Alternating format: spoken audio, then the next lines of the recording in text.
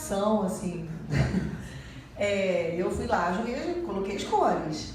E aí, na hora que ela fez a análise, eu observei que eu acertei uma. No outro momento, que eu não sei nem se era orientação para fazer isso, a gente trocou os papéis. Na vez dela, ela acertou duas. Também tem alguma explicação, Alessandra? Não. Posso falar? Bom, eu posso estar errada e quero até aprender. Acho que foi sorte. Ah, você está falando que acertou uma, em uma tentativa você acertou a senha. É não, isso? Não, você falou cores. Cores, isso. Uma cor. É porque deu a entender que você acertou em uma tentativa. Não. Ah, foi a cor, uma cor.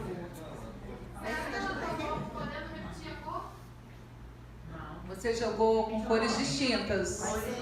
Distintas.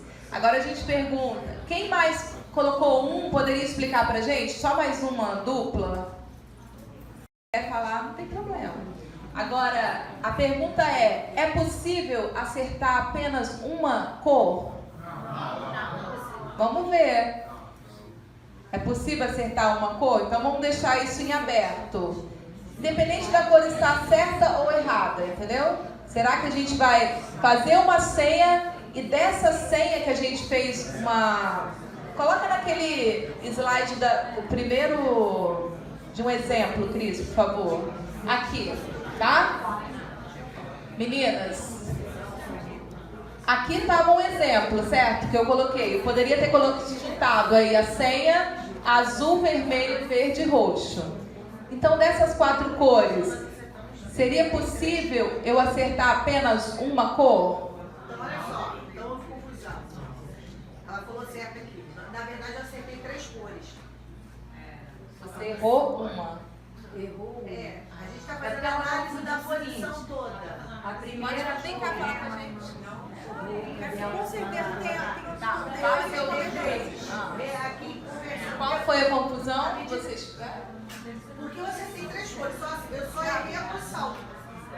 Quando você falou que quando você acertou, na minha cabeça o acertar é acertar integralmente. Acertar as 4 posição cores. e cor.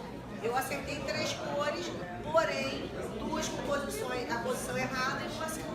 Uma na posição correta. Bom, então, primeiro aprendizado, eu lembro que numa aula que eu e o Ulisses estávamos juntos, né, de contagem também, ele compartilhou com a gente que uma coisa que ele faz muito com os alunos dele, lá no CAP, né, da UFRJ, é ler as questões com os alunos, assim, ele põe um aluno para ler e o outro para interpretar, certo, Ulisses? Então, ele faz isso. Então, isso é importante a gente fazer, certo? O que a gente viu agora, o quê? Dependendo da forma que a gente lê, a gente olha outra coisa, né?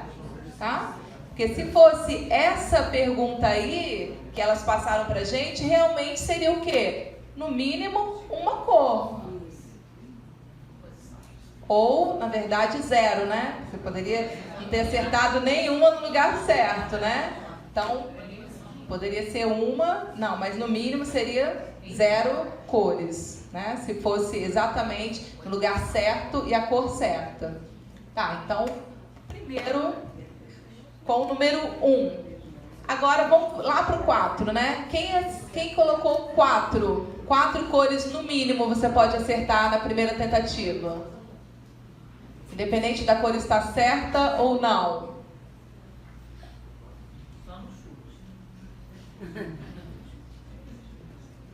No mínimo, são 4 cores que a gente pode acertar?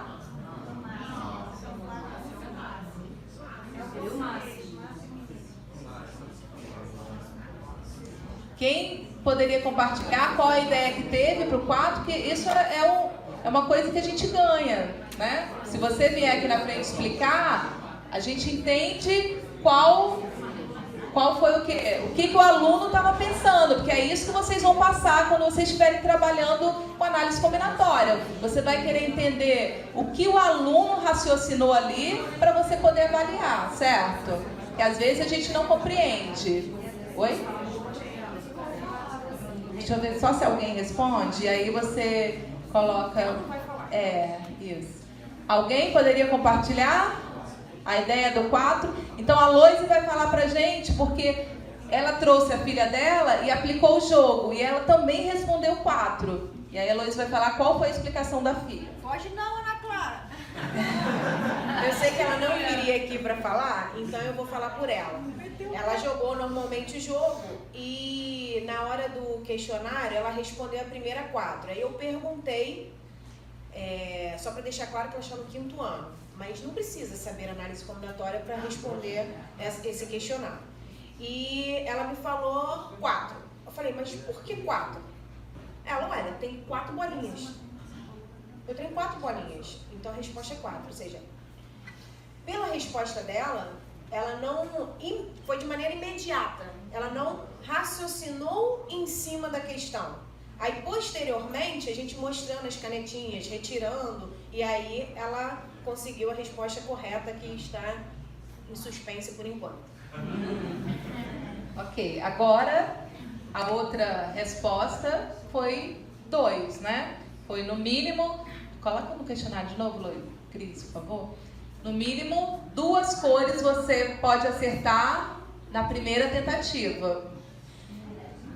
Uma pessoa para explicar pra gente qual foi o raciocínio que teve. José. Vem, José.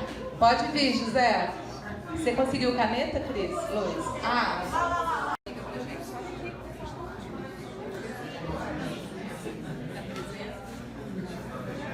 bom dia, pessoal. Meu nome é José Antônio. Eu sou aluno do curso de matemática da Unirio e meus professores maravilhosos aqui que coordenam esse curso. A gente formou um trio, eu estava com um colega ali, eles dois lá, e a gente discutiu a primeira questão, o seguinte. Bom, como o jogo começava com 6 cores e eu tinha que escolher 4, aí nós decidimos que escolhia 4, né? Se dessas 4, 3 eu acertei, 1 eu errei, então essas são certas. Aí eu pegaria uma outra das 2 que eu tirei, uma tentativa. Se essa estiver errada, obrigatoriamente a certa seria essa. Então seriam 2 tentativas, foi esse nosso raciocínio. No mínimo. Não, primeira questão. Quantas cores no mínimo você pode acertar na primeira tentativa? Então, 2, por esse raciocínio que a gente fez.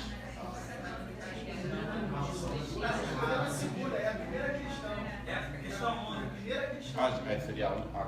Ajudem ele aqui. Então. Bom dia a todos, meu nome é Thiago.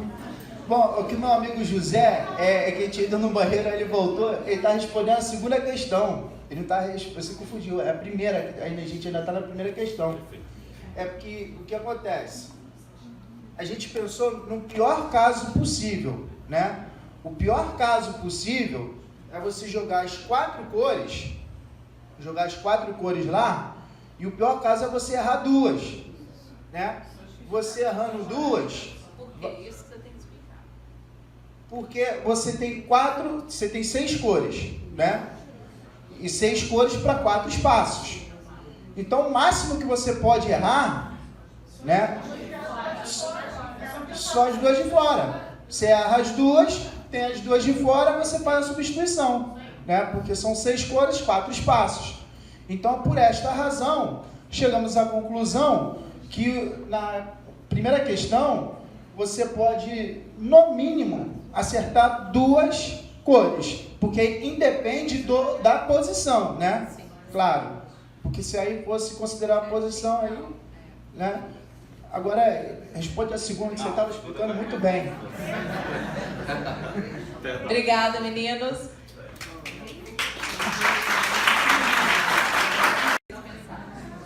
Bom, gente, bom dia. Meu nome é Christian. Eu sou estudante aqui da Unirio também, faço licenciatura. Eu e minha dúvida, a gente deixou uma resposta assim, pode ser tanto na primeira quanto na segunda tentativa. Porque a gente analisou os 3 casos, que é quando a gente já acerta as 3 cores, quando a gente erra uma cor e quando a gente erra 2 cores. O caso de você acertar todas as cores e você errar 2 cores, você já sabe quais são as 4 cores para a próxima rodada. Agora, quando você erra uma cor na primeira e você vai para a segunda tentativa, você ainda tem a chance de errar de novo na segunda tentativa. Então, só depois da segunda tentativa que você consegue descobrir as 4 cores. Então, esse foi o nosso raciocínio. Obrigada, Christian.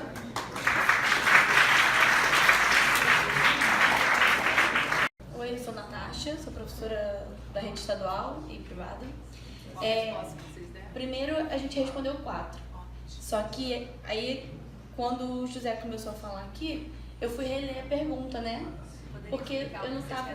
Então, aí eu não estava entendendo direito, aí eu fui reler a pergunta.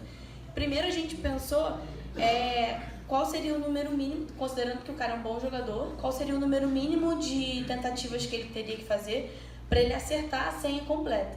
E aí a gente colocou 4. E agora relendo, é só para acertar as cores, né? Quantas tentativas você precisa para acertar todas as cores, independente da ordem. E aí eu acho que na segunda você consegue, porque da primeira você acertou 2 e errou 2, né? Na pior das hipóteses. Só que como você coloca ali qual tá certa e qual tá errada, eu posso tirar as 2 erradas e colocar as 2 certas. Então na segunda com certeza eu acho, né? Eu vou saber quais são as 4 cores corretas, independente da ordem tá certa ou não. Eu penso assim. Se apresenta. Olá, bom dia. Meu nome é Ângela, eu sou formada pelo CEDERJ, licenciatura em Matemática, Unirio, o Polo de Petrópolis. Estou muito feliz de estar aqui. Na verdade, com a minha dupla, nós não achamos o número 24, mas assim, considerando que é um número que foi falado aqui, eu falei 24 e a professora me convidou, nós colocamos 360, mas eu imagino que quem colocou o 24 considerou somente 4 cores. E a possibilidade que a gente tem de escolhas para a senha é de 6 cores. Então, se você tem 4, supondo que sejam 4 cores, de fato você pode colocar 4 aqui, uma vez que você já colocou uma aqui, 3, uma vez que você colocou uma aqui e outra aqui, 2, e uma vez que você já colocou 3 aqui, vai restar 1. Só que assim, nós temos, além de 4 espaços, temos 4 possibilidades de cores aqui. Perdão, não é isso que eu quero dizer. Eu tenho 4 cores que eu posso colocar nessa primeira casa, fazendo esse mesmo raciocínio. Então, supondo que eu fixe uma cor aqui, a cor azul, e eu distribua as demais 3 cores aqui, nessas 3 possibilidades, eu vou ficar com azul 3 vezes 2 vezes 1. Amarelo 3 vezes 2 vezes 1. Verde 3 vezes 2 vezes 1. Preto 3 vezes 2 vezes 1. Então, aqui eu tenho 6, 6, 6 e 6. Somando essas 6 possibilidades, uma vez que eu fixei a primeira casa, eu tenho 24 possibilidades. Por aí, mais ou menos, estava até comentando com a colega que assim, combinatória não é o meu forte, eu estou aqui para aprender. E assim, às vezes eu tenho a impressão que eu entendo o que está acontecendo, mas eu tenho a nítida convicção que eu não sei explicar muito bem. É isso. Obrigada. Sou Lídia, também sou da rede e sou professora dos anos iniciais. Eu sou uma corajosa, não sei quase nada, eu busco sempre as informações para eu aprender. Só que quando eu entrei aqui e eu vi análise combinatória, a primeira coisa que veio à minha memória foi aquele trabalho que a gente faz com crianças nos anos iniciais, desde o primeiro ano, com aquelas combinações da roupinha, né? Entende? Sanduíches. E aí, quando ela colocou 6 cores e 4 arrumações, Gente, eu posso estar errada, não sei, mas veio o pensamento simples de 6 vezes 4 é 24. É a possibilidade que se tem, que eu pensei lá nas minhas aulas, né? Porque assim, quando eu vejo vocês fazerem esses cálculos bem mais densos, mais profundos da matemática, eu fico realmente boiando. Mas quando eu penso na matemática que a gente fala lá, e eu vou chamar de matemática superficial, né, aquela matemática simples, aqueles primeiros passos, foi o que eu trouxe de resgate e de experiência que eu tenho e cheguei a 24. Tudo bem? Se eu pegasse roupinhas e fizesse essas combinações 6 e 4, eu encontraria 24 combinações. Tá bom? Não sei se... Gente, bom, esse é um erro que eu acho bem plausível, principalmente do jeito que você explicou. Quando a gente tem, por exemplo, 2 tipos de roupa para combinar, se eu tenho 6 peças de camisa e 4 calças, eu tenho 2 conjuntos que a gente na matemática chama de conjuntos disjuntos. Né? Então a gente vai relacionar esses conjuntos dessa forma mesmo que você falou, vou fazer 6 vezes 4, vai dar 24. O caso aqui é diferente, a gente está analisando cores que fazem parte de um mesmo conjunto. E cada uma dessas posições, ela vai ter a quantidade de cores até que enquanto elas forem sendo preenchidas. Então se eu tenho 4 posições, na primeira posição eu vou ter 6 possibilidades de cores. Na segunda eu vou ter 5 possibilidades de cores porque uma já foi usada. Depois, na terceira, eu vou ter 4 possibilidades de cores. Na quarta, eu vou ter 3 possibilidades de cores. Então, eu vou usar o meu princípio multiplicativo em todas essas possibilidades, 6 vezes 5 vezes 4 vezes 3, e vou chegar no número de 360. Essa que é a diferença. Entendeu? Mas é um erro completamente comum, eu acredito. Porque a partir do momento que a gente pensa num caso mais isolado, como esse, é fácil da gente cometer esse erro. Então, tudo bem. É porque a gente pensa no conjunto de espaços como um conjunto e o conjunto de cores como outro. 2 conjuntos disjuntos nesse caso. Mas não é esse o tipo de raciocínio que a gente quer alcançar no exemplo. Ok?